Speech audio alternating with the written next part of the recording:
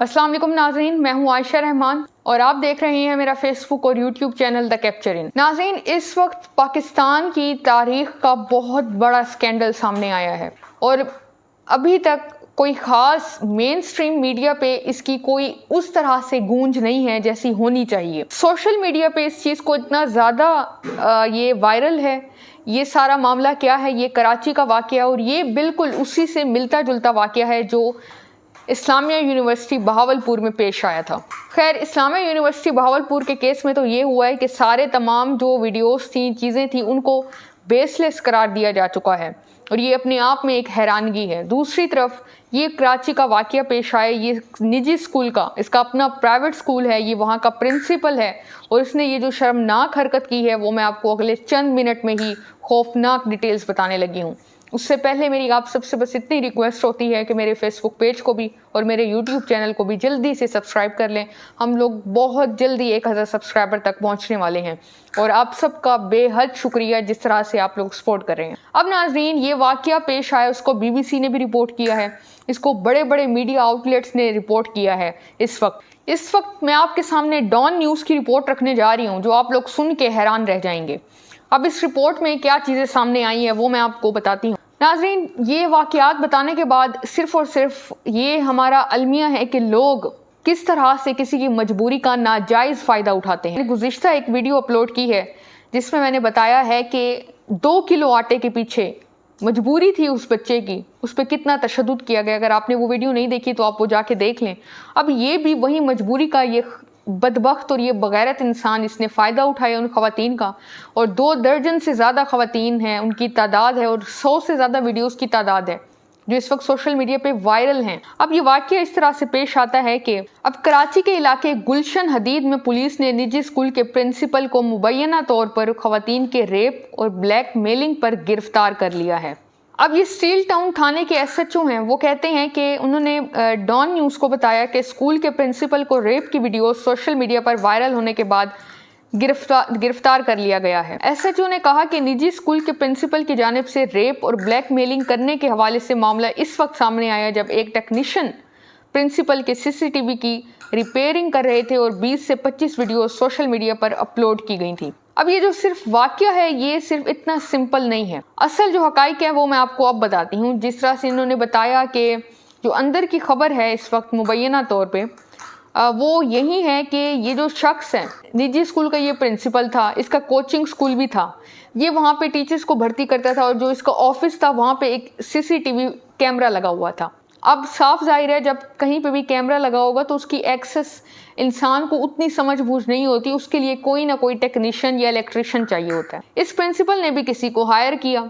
अब ये जो शख्स है इसका नाम इरफान मेमन है, ये जो प्रिंसिपल है, इसने हायर किया। जैसे वो हायर करता है, जैसे इसने उस टेक्नीशियन को हायर किया, उससे पहले कि मैं आपको कहानी बता लूँ, फिर मैं बताती हूँ ये सारा मामला हुआ क्या। जमात इस्लामी दरमियान में आई, बाकी एरिया के लोग आए और ये मामला प्रेशर बना और ये मीडिया पे इसकी हाईलाइट्स। अब नाजरीन, होता कुछ इस तरह से है कि ये शख्स नौकरियां देता था, जैसे ही नौकरी दे लेता था उसके बाद ये उन ख़वातीन को उनका जिनसी इस्तेसाल करता था, उनके साथ ऐसी उनकी वीडियोस बनाता था और उनको बाद में ब्लैकमेल करता था। ये वह सिलसिला चलता रहा। 25 से ज़्यादा ख़वातीन इसमें शामिल हैं।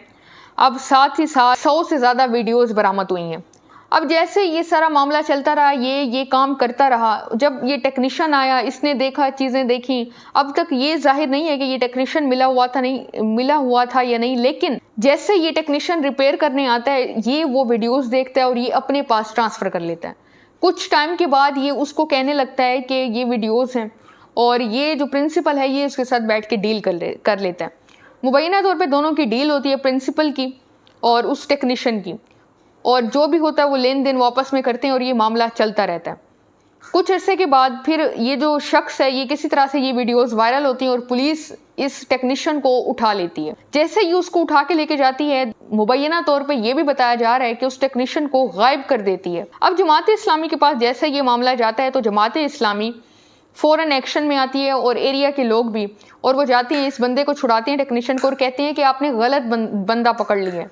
पकड़ना भी था तो उस प्रिंसिपल को पकड़ना चाहिए था जो असल इस सारे वाक़ये में शामिल था। अब पुलिस जाके इसको पकड़ती है और ये जो मामला है ये हाइप क्रिएट कर जाता है, वीडियोस वायरल हो जाती हैं, सोशल मीडिया पे हर तरफ ही इसके चर्चे होते हैं मुख्तलिफ मीडिया के जो पेजेस हैं वो इसको रिपोर्ट कर रहे होते हैं।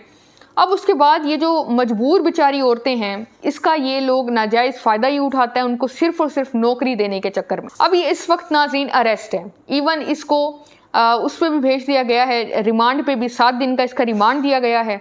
और दूसरा ये कि इस पे मुकदमात भी चल रहे हैं। अब तफ्तीश जब हुई अदालत में, तफ्तीशी अफसर ने दावा किया कि मुलजिम खवातीन को ब्लैकमेल करता था और अब तक 45 से ज़ायद मुतासरा खवातीन का पता चला है। मुतलका जो थाना था उसके पुलिस अफसरों ने, ये BBC की रिपोर्ट है और वो कहते हैं कि मुलजिम को सहाफ़ियों के सामने भी पेश किया गया थाने की जानिब से, पुलिस स्टेशन की जानिब से, जिसमें इसने बताया कि वीडियोज़ में नज़र आने वाली खवातीन से उसका ताल्लुक रहा है, ताहम स्कूल के स्टाफ के साथ वो कभी ऐसी हरकत में मुलविस नहीं रहा। मुलजिम ने दावा किया कि उसका CCTV सिस्टम हैक किया गया था और एक शख्स ने उनसे रब्ता किया जो कभी खुद को रेंजर्स तो कभी नेवल इंटेलिजेंस का एहलकार बताता था। मुलजिम के मुताबिक इस शख्स ने बलोच कॉलोनी के करीब होटल पर बुलाया, वीडियोस दिखाई और साथ में 10 लाख रुपए का भी मुतालबा किया जो उन्होंने तस्लीम नहीं किया। मुलजिम के मुताबिक इनका निकाह हो चुका है, ताम रुखसती नहीं हुई और जिन खवातीन से उसका ताल्लुक रहा उनकी तादाद 4 थी।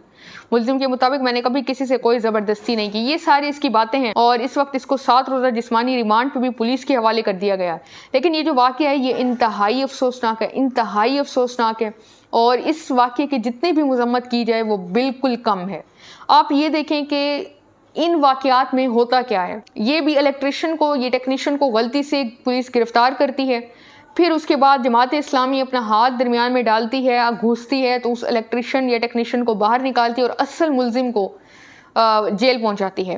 वो जो प्रिंसिपल है, मेन ओनर है उस स्कूल का, ये प्राइवेट स्कूल है, प्राइमरी से लेके ये मैट्रिक तक का स्कूल है। दूसरा ये कि नाजरीन ये भी बताया जा रहा है कि ये जो इलेक्ट्रिशियन है ये मुलजिम तो ये बयान देता है ना कि मुझे बुलाया गया, मुझसे कहा गया कि मैंने उसे 10 लाख की डील दी, उसने नहीं मानी और कभी वो खुद को क्या बताता था और क्या। लेकिन अंदर की खबर ये भी सामने आ रही है कि ये जो इलेक्ट्रिशियन था इसने इस शख्स को कहा कि तुम कुरान पाक पे हाथ रखो और कहो कि तुम दोबारा ये काम नहीं करोगे। अब इस वक्त जो अब तक की इत्तलात है वो ये है कि 4 रुकनी कमेटी बना दी गई है। इस 4 रुकनी कमेटी में एक फ़ीमेल भी शामिल है जो उन मुतासरा खवातीन से बात करेगी जो उनके साथ वाक़ई पेश आए, जो सारे मामलात हुए, और मज़ीद ये भी उन पे भी ये उनको ज़ोर दिया जाएगा, उनको कहा जाएगा कि वो इस मामले में मुद्दई बने ताकि ये केस बहुत ज़्यादा स्ट्रॉन्ग हो और इस शख्स के खिलाफ इसको कैफरे किरदार तक पहुँचाया जाए। बहुत ही अफसोस होता है इन मामलात को रिपोर्ट करते हुए कि ऐसे दरिंदे सिफत लोग भी हमारे मुआशरे का हिस्सा हैं और जिनको कोई शर्म नहीं है, उनके अपने घर में भी बहन बेटियाँ होती हैं। मज़ीद अपडेट्स के लिए मेरे चैनल को सब्सक्राइब करें, वीडियो को जितना हो सके शेयर करें, लाइक करें, अपना बहुत ज़्यादा ख्याल रखें। अल्लाह हाफ़िज़।